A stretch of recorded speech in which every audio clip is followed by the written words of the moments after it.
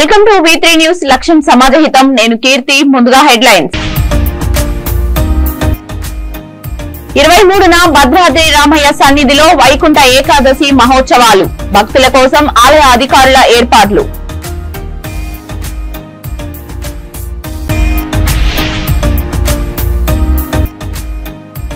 భారతీయ జనతా పార్టీతోనే వర్గీకరణ సాధ్యం. Press meet లో స్పష్టం చేసిన మందకృష్ణ మాదిగ.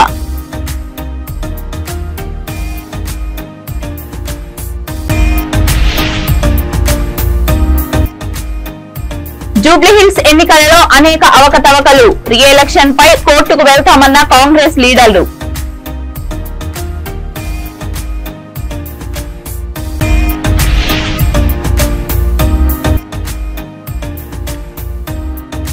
నా కుటుంబాన్ని వదిలి మానుకోట ప్రజల కోసమే సేవ చేశా.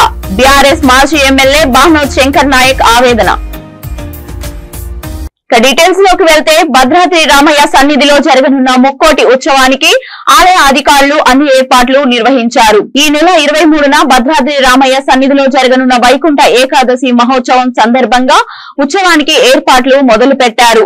ఆలయానికి రంగులు వేస్తూ ఆలయ ప్రాంగణంలో చలవ పందిళ్లు సిద్ధం చేస్తున్నారు. ఆలయం చుట్టూ విద్యుత్ దీపాలను అలంకరిస్తున్నారు. ఈ నెల 13 నుంచి జనవరి 2 వరకు శ్రీ వైకుంఠ ఏకాదశి అధ్యయనోత్సవాలు నిర్వహించనున్నారు. ఈ నెల 22న గోదావరి నదిలో తెప్పోత్సవం వేడుక, 23న ఉత్తర ద్వార దర్శనం జరిపేందుకు ఆలయ అధికారులు అన్ని ఏర్పాట్లు చేస్తున్నారు. సుమారు 50,000 మంది భక్తులు కదలి వస్తారని ఆలయ అధికారులు అంచనా వేస్తున్నారు.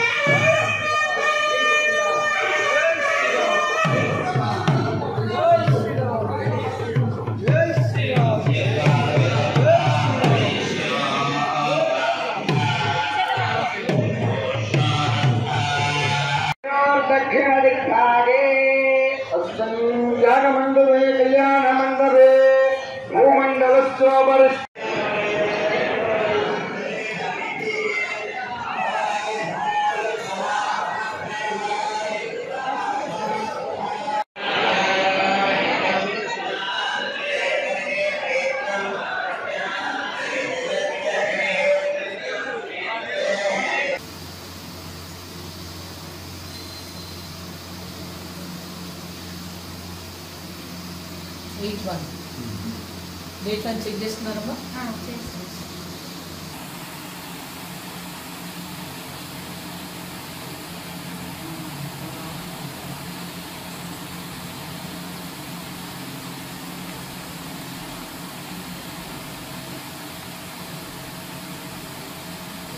15th రోజా?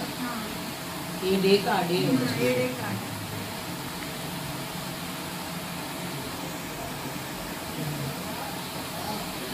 13th నుంచి 21st వరకు మనం అన్ని కూడా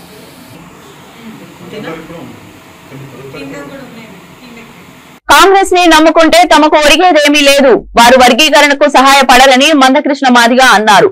మాదిగ రిజర్వేషన్ పోరాట సమితి జాతీయ కార్యక్రమంలో ప్రెస్ మీట్ లో ఆయన మాట్లాడుతూ బీజేపీతోనే వర్గీకరణ సాధ్యమవుతుందని, అందుకే బీజేపీకి మాత్రమే ప్రచారం చేశామని అన్నారు. మోడీకి మద్దతుగా బహిరంగ ప్రచారం చేసింది కేవలం ఎంఆర్పీఎస్ మాత్రమేనన్నారు. బీజేపీ నిలబడిన 111 నియోజకవర్గాల్లో ఎంఆర్పీఎస్ ఓట్లు ఉన్నాయని తెలిపారు. బీజేపీ బీఆర్ఎస్ పార్టీలు ఒక్కటే అని కాంగ్రెస్ చేసిన ప్రచారం వల్లనే బీజేపీకి చాలా దెబ్బ పడిందని మందకృష్ణ మాదిగ స్పష్టం చేశారు.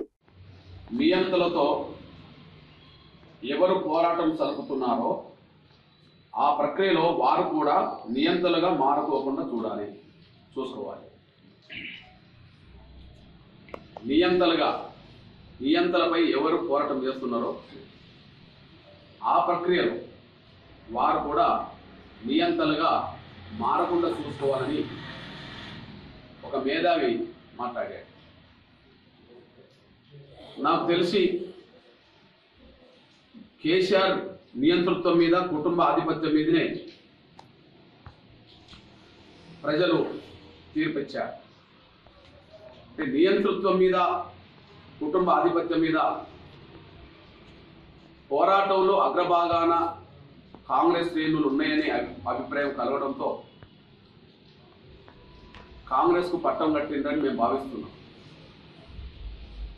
పోరాటంలో అగ్రభాగం ఉన్నారనే అభిప్రాయంతో కాంగ్రెస్కు పట్టం కట్టిందని చెప్పి మేము భావిస్తున్నాం. ఏ నియంతృత్వాన్ని అయితే ఓడించే ప్రక్రియలో ముందు వరుసలో ఉన్నారో రేపు మీ పాలనలో నియంతృత్వం పెరగకుండా చూసుకోవాల్సిన బాధ్యత, మీ పాలనలో ప్రజాస్వామ్య స్ఫూర్తిని పరిరక్షించాల్సిన బాధ్యత ఉన్నది అనే విషయాన్ని కూడా గుర్తు చేస్తున్నాం. అట్లా కాకుండా మీకు కూడా అట్లాంటి అవలక్షణాలే ఏర్పడితే నియంతృత్వాన్ని ఓడించే చైతన్యం తెలంగాణ ప్రజలకు ఉన్నదనే విషయాన్ని, అది ఏ రూపంగా ఆధిపత్యం ఎవరు ప్రదర్శించినా ఆధిపత్యాలకు వ్యతిరేకంగా ఉద్యమించే శక్తి తెలంగాణ ప్రజలకు ఉంటుందనే విషయాన్ని ముందుగానే గుర్తు చేస్తున్నాం. అభినందిస్తున్నాం. ఆ అవలక్షణాలకు దూరంగా ఉండాల్సిందిగా కేసీఆర్ కుటుంబంలో పెరిగిన అహంకారం, ఆధిపత్యం, నియంతృత్వం ఏదైతే ఉన్నదో ఆ లక్షణాలకు దూరంగా ఉండాల్సిన బాధ్యత, ప్రజాస్వామ్యాన్ని పరిరక్షించుకోవాల్సిన బాధ్యత మీ మీద ఉండబోతుంది అనే విషయం కూడా గుర్తు చేస్తున్నాం. తప్పకుండా మా సూచనలు పరిగణలోకి తీసుకుంటారని ఆశిస్తున్నాం. మనం గమనించాల్సిన విషయం ఏంటంటే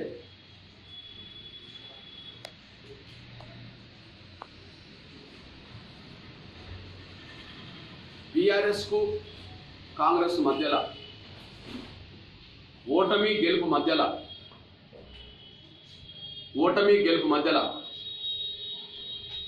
తేడా 2% ఓట్లని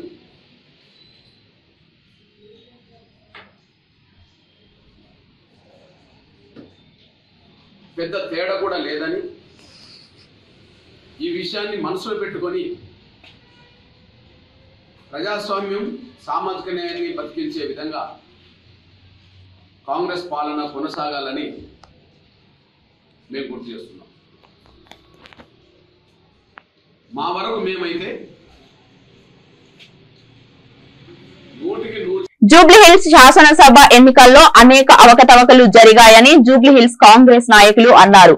కౌంటింగ్ సమయంలో ఈవీఎంలపై నంబర్లు కూడా లేవని, తమకు ఈ విషయంపై అనుమానం కలుగుతోందని రహమత్ నగర్ కార్పొరేటర్ సిఎన్ రెడ్డి, కాంగ్రెస్ నాయకుడు భగవనీ శంకర్ ఆరోపించారు. కొన్ని సివిఎంలకు సీల్ లేకపోవడంతో పాటు వాటికి ఉన్న నెంబర్లు సరితూగలేదన్నారు. అభ్యర్థి అజారుద్దీన్ ఫిర్యాదును కూడా పట్టించుకోకుండా హడావిడిగా కౌంటింగ్ ను పూర్తి చేశారన్నారు. తాము ఈ విషయంపై న్యాయస్థానాన్ని ఆశ్రయించనున్నట్లు పేర్కొన్నారు. రీ ఎలక్షన్ జరిగేలా కాంగ్రెస్ కోరుతోందని వారు పేర్కొన్నారు. కౌంటింగ్ జరిగిన విధానము దాంట్లో మేము చాలా అబ్జెక్షన్ చేసాం. దాంట్లో ఈవీఎం మిషన్లు కొన్ని సీళ్లు లేకుండా, కొన్ని నంబర్లు మ్యాచ్ కాలేదు. ఇవన్నిటికీ అభ్యంతరం చెప్పినాం మేము.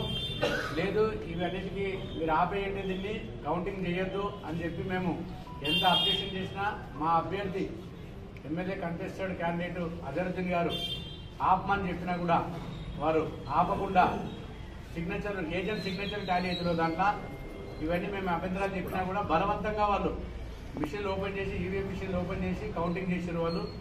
దాంట్లో చాలా తప్పిదాలు ఉన్నాయి. దాంట్లో కొన్నేమో ఓట్లు కూడా పోలైన ఓట్లు కూడా మ్యాచ్ కావడం లేదు టోటల్. దాంట్లో ఇవన్నీ తప్పిదాలన్నీ మేము రిటర్నింగ్ ఆఫీసర్కి ఇచ్చినాము.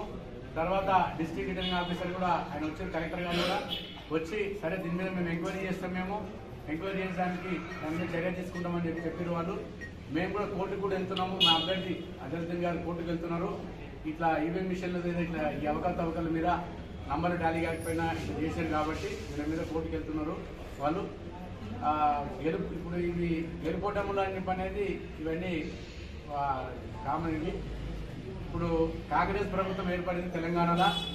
రేపు కాంగ్రెస్ ఏవైతే వాగ్దానాలు చేసిందో 6 గ్యారెంటీలకు సంబంధించింది అవి రేవంత్ రెడ్డి గారు సీఎం అయిన తర్వాత అవన్నీ అమలు అవుతాయి. అవన్నీ మేము మాకు ఎట్లయితే జూబ్లీస్ కాన్స్టిట్యూన్సీలో ఇంతవరకు ఎలా అయితే మాకు అజరుద్దీన్ గారు మాకు ఎట్లయితే సేవలు అందించారో అదే రకంగా నెక్స్ట్ రేపు 5 సంవత్సరాలు కూడా మేము కూడా అందుబాటులో ఉండి ప్రతి ఒక్క కార్యకర్తకి ప్రతి ఒక్క ఓటర్కి మేము అందుబాటులో ఉండి ఆ కాంగ్రెస్ ప్రభుత్వ స్కీమ్లన్నీ అమలయ్యేటట్టు మేము మీరందరూ చూశారు. మీరు జరిగిన ఎలక్షన్లలో ఎంపీఎస్ నియోజకవర్గంలో ఈ కౌంటింగ్ జరిగే సందర్భంలో కౌంటింగ్ ఏజెంట్స్ అందరూ కూడా నిన్న ప్రత్యక్షంగా చూడడం జరిగింది. చాలా సందర్భాల్లో ఆబ్జెక్షన్ కూడా చేయడం జరిగింది.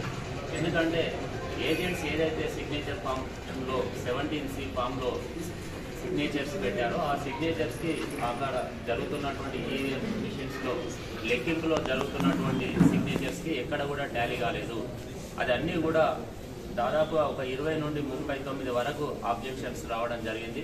ప్రతి సందర్భంలో ప్రతి ఈవీఎం మిషన్స్ ఓపెన్ చేసినప్పుడు వారి యొక్క నేమ్స్ కావచ్చు, ఏజెంట్స్ నేమ్స్లో సిగ్నేచర్స్ కావచ్చు, అదేవిధంగా చాలా వరకు ఈవీఎం మిషన్స్ సీల్ చేయకుండా ఉండడం జరిగింది. అదేవిధంగా ఒక బూత్లో ఒక కౌంటింగ్ అయిపోయిన తర్వాత కౌంటింగ్ ఎండెడ్ అని చెప్పేసి కౌంటింగ్ ముగిసిపోయిందని చెప్పేసి ఒక ఆప్షన్ ఉంటుంది. అది కూడా కౌంటింగ్ సెంటర్లో ఏదైతే మన బూత్లో ఉంటుందో బూత్లో పోలింగ్ ఎండెడ్ అని చెప్పేసి ఉండాలి. కానీ చాలా ఈవీఎం మిషన్స్లో అక్కడ ఏదైతే కౌంటింగ్ సెంటర్లో ఉందో కౌంటింగ్ సెంటర్లోకి వచ్చిన తర్వాత పోలింగ్ ఎండెడ్ అని చెప్పేసి స్టార్ట్ చేసిన తర్వాత మళ్ళీ చేయడం జరిగింది. ఇలాంటి అనేక అనుమానాలు మాకు ఆర్ఓ గారి దృష్టికి తీసుకెళ్లడం జరిగింది. పలు సందర్భాల్లో కాంగ్రెస్ ఏజెంట్స్ ఎవరైతే ఉన్నారో చాలా పెద్ద ఎత్తున అడ్డుకోవడం జరిగింది. ఆ అడ్డుకున్న సందర్భంలో చాలా వరకు మన కౌంటింగ్ కూడా లేట్ కావడం జరిగింది. ఏది ఏమైనప్పటికీ అధికార దుర్వినియోగం చేయడం జరగచ్చు. ఏది జరిగినా కూడా వాళ్ళు గెలిచే ప్రయత్నం చేశారు. నైతికంగా మనమే గెలిచాం, కాంగ్రెస్ ప్రభుత్వమే గెలిచింది. కాబట్టి ఈ యొక్క గెలుపులో వెన్నంటి ఉన్నటువంటి ప్రతి కార్యకర్తకు మేము తప్పకుండా రానున్న రోజుల్లో అండదండగా ఉంటాం, ముందుకెళ్తాం. అన్నగారు చెప్పినట్టుగా మనకు ప్రభుత్వ తన హయాంలో మానుకోటను ఎక్కడికో తీసుకెళ్లానని అభివృద్ధి అంతా ఇప్పుడు మీ కళ్ల ముందు కదలాడుతోందని బీఆర్ఎస్ మాజీ ఎమ్మెల్యే బాణర్ శంకర్ నాయక్ అన్నారు. మహబూబాబాద్ జిల్లా కేంద్రంలో తన నివాసంలో మీడియాలో ఆయన మాట్లాడుతూ తాను ఏ ఒక్క రోజు కూడా నా కోసం బాధపడలేదని, నా కుటుంబాన్ని వదిలి మానుకోట ప్రజల కోసం 24 గంటలు ప్రజలకు సేవ చేశానన్నారు. నేను ఓడిపోయానని బాధపడలేను, కానీ అభివృద్ధి ఎక్కడ ఆగిపోతుందోనని ఆయన ఆవేదన వ్యక్తం చేశారు.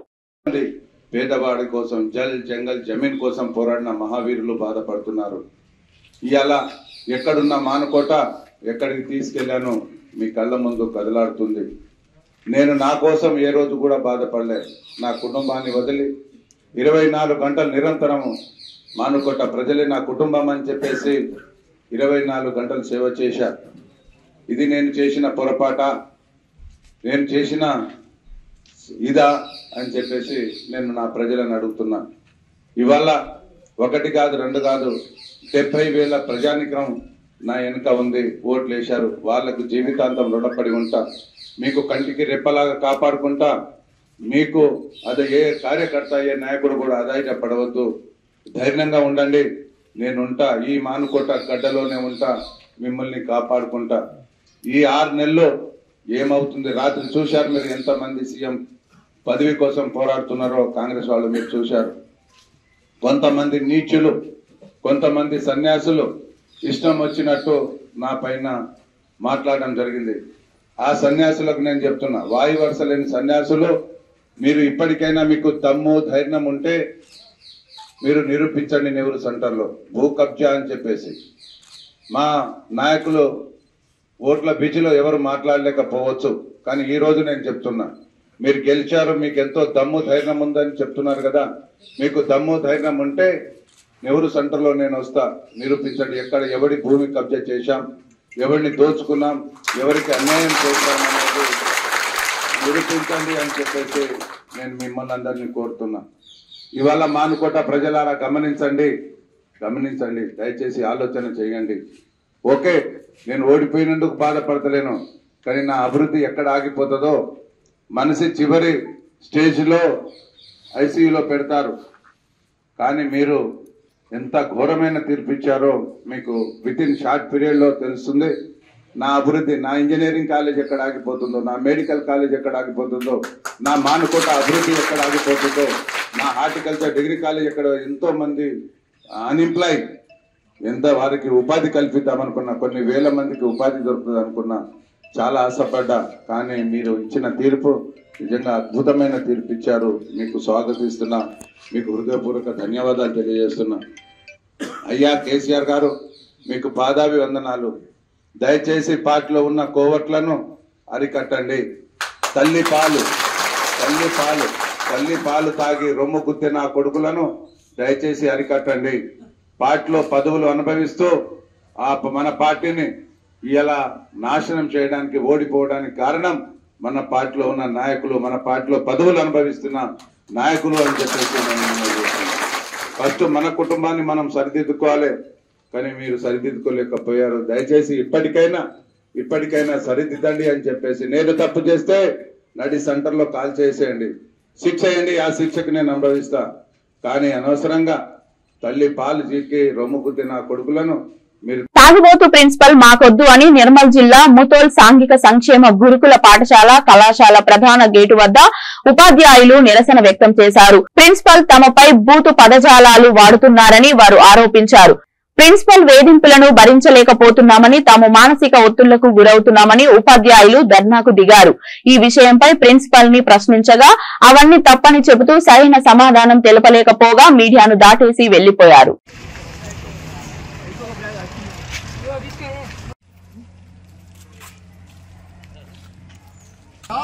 ప్రిన్సిపల్ నశించాలి నశించాలి నశించాలి నశించాలి ధోరణి నశించాలి. మాకొద్దు బూతుల ప్రిన్సిపల్ మాకొద్దు. ఉపాధ్యాయునిగా పనిచేస్తున్నాను.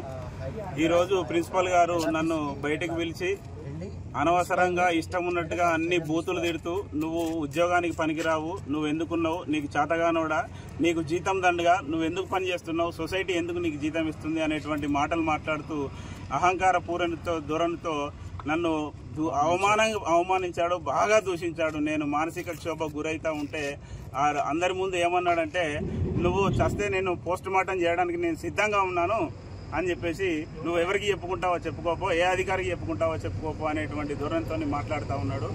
అట్లాగే గతంలో కూడా చాలామంది ఉపాధ్యాయులను వాళ్ళ కులం పేరుతోటి వాళ్ళ యొక్క వ్యక్తిగతంగా కూడా వాళ్ళ యొక్క బాడీని షేమింగ్ చేస్తూ కూడా అనేకమైనటువంటి మాటలు తిడుతూ ఇవన్నీ కూడా భరించుకుంటూ వచ్చాం. చాలా మంది ఉపాధ్యాయులు మనోవేదన గురవుతా ఉన్నారు. మేము అధికారులకు కూడా కంప్లైంట్ ఇచ్చాము.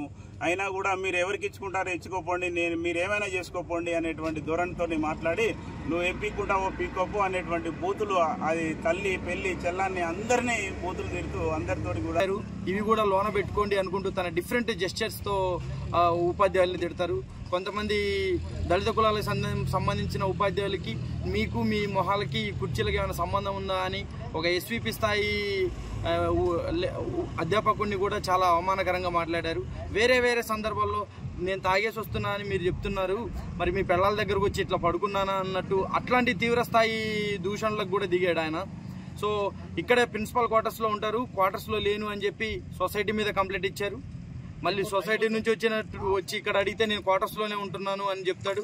మళ్ళీ ఇక్కడే ఉండడం వల్ల గంటకి వెళ్ళి తాగేసి వచ్చి ఇలా ఏదో ఒక అమాయకమైనటువంటి ఉపాధ్యాయుల మీద తీవ్ర స్థాయిలో అత్యంత దారుణమైన దూషణలు మనం చెప్పడానికి కూడా అవి వెనకబడేటువంటిది.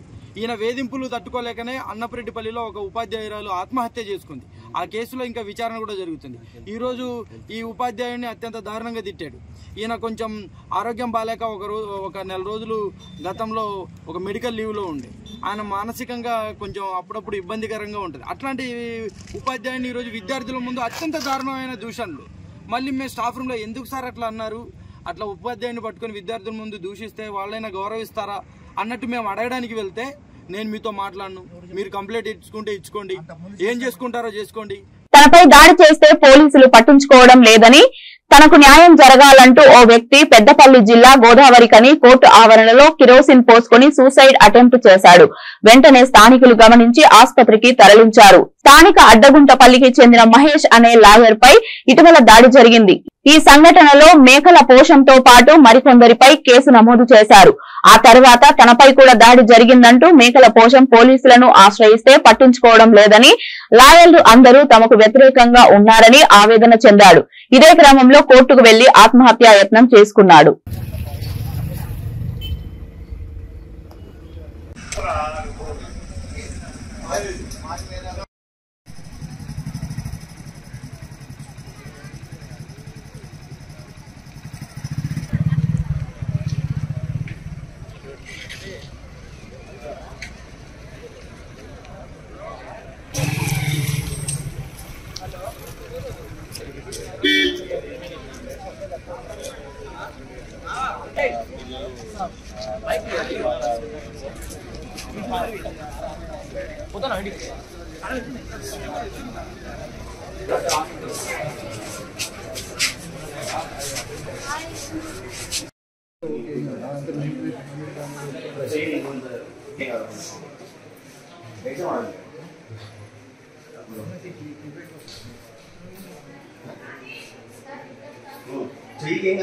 మొన్న రాత్రి మా ఇంటి దగ్గర చిన్న గొడవ జరిగింది. ఆ గొడవలో ఎంచర్ల మహేష్ వాళ్ళ టీం అందరు వచ్చి మా మీద దాడి చేయడానికి ప్రయత్నిస్తాం. మేము తప్పించుకొని పోలీస్ స్టేషన్కి వచ్చినాం.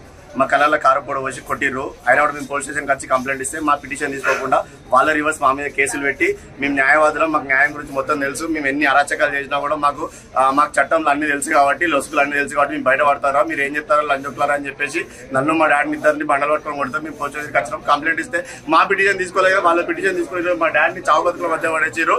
నిన్న ఆ లాయర్ ఎంచెల్ల మహేష్ కి అనుకూలంగా ఈ రోజు మన కోర్టులో ఉన్న లాయర్లు అందరూ వచ్చి వత్తాసు వాళ్ళకి ఈ రోజు వాళ్ళందరూ మా డాడీ ఆత్మహత్య ప్రయత్నం చేస్తే వాళ్ళందరి కారణం దానికి ఈ కుట్ర, ఇదంతా పెద్ద కుట్ర జరిగింది. మా మీద దాడి చేసి ఈ లాయర్లందరినీ తీసుకొచ్చి పోలీస్ స్టేషన్ లో సీఐ ముందర కూర్చోబెట్టి మాట్లాడుకొని వాళ్ళ కేసు ఫైల్ చేయించుకొని ఫస్ట్ మేము పోలీస్ స్టేషన్ కి మా పిటిషన్ తీసుకోకుండా ఇవాళ మాకు ఇంత పెద్ద అన్యాయం చేశారు.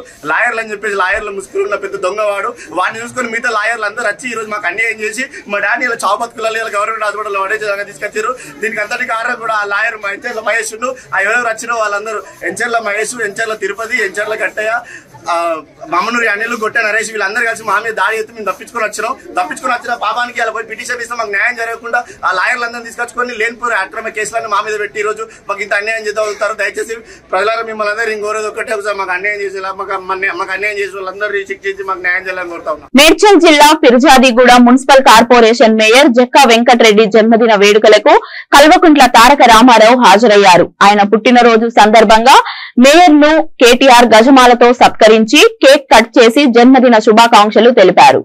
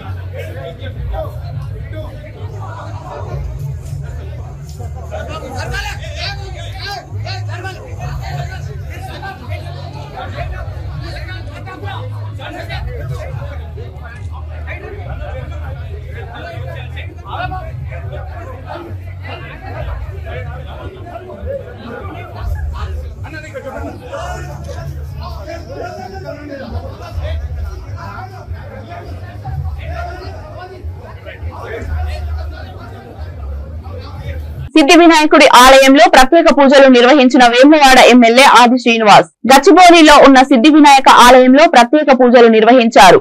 ఈ సందర్భంగా ఆలయంలో కొలువుదీరిన విఘ్నేశ్వరుడు, హనుమాన్ స్వామిని వారు దర్శించుకున్నారు. అనంతరం అర్చకులు వారిని ఆశీర్వదించి స్వామివారి చిత్రపటం, ప్రసాదాలు అందజేశారు.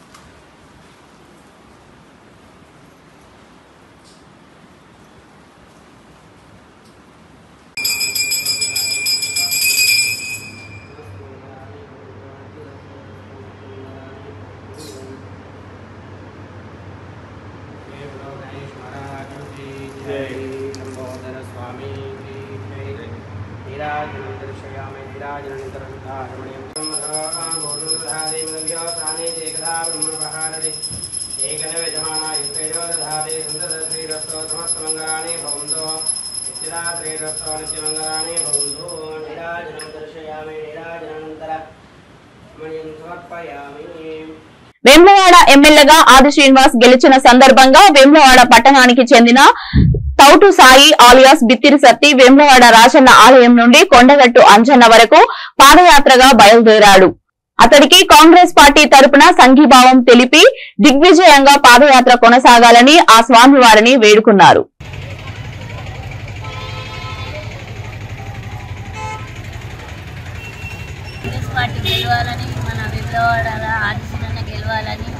మన బిత్తిరి సత్తి ఈ టెంపుల్ ముందు నుంచి కొండగట్టు దాకా పాదయాత్ర చేస్తున్నాడు కాబట్టి ఆయనకు మేము అందరి సహకారాలు ఉండాలని, మరి వేములవాడ రాజరాజేశ్వర స్వామి ఆశీస్సులతోటి ఆయన మంత్రి పదవి రావాలని మా వేములవాడ ప్రజలందరూ ఆకాంక్షను ఆయన నెరవేర్చాలని అందరికీ వేములవాడ ప్రజలకు మరొకసారి సీనన్నను గెలిపించినందుకు అందరికీ మా పేరు పేరున మా ధన్యవాదాలు తెలుపుకుంటూ జై కాంగ్రెస్.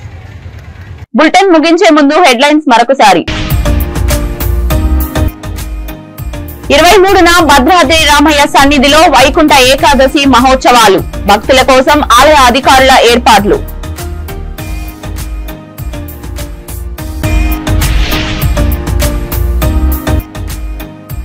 భారతీయ జనతా పార్టీతోనే వర్గీకరణ సాధ్యం, ప్రెస్ మీట్ లో స్పష్టం చేసిన మందకృష్ణ మాదిగ.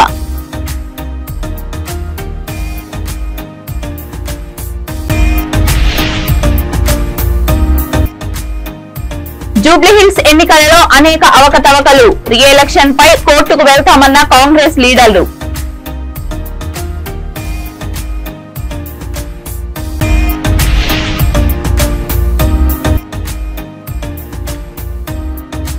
నా కుటుంబాన్ని వదిలి మానుకోట ప్రజల కోసమే సేవ చేశా, బీఆర్ఎస్ మాజీ ఎమ్మెల్యే బాహ్నోత్ శంకర్ నాయక్ ఆవేదన. ఇవి ఇప్పటి వరకు ఉన్న బులెటిన్స్. మరిన్ని బులెటిన్స్ కోసం చూస్తూనే ఉండండి V3 న్యూస్. లక్ష్యం సమాజహితం.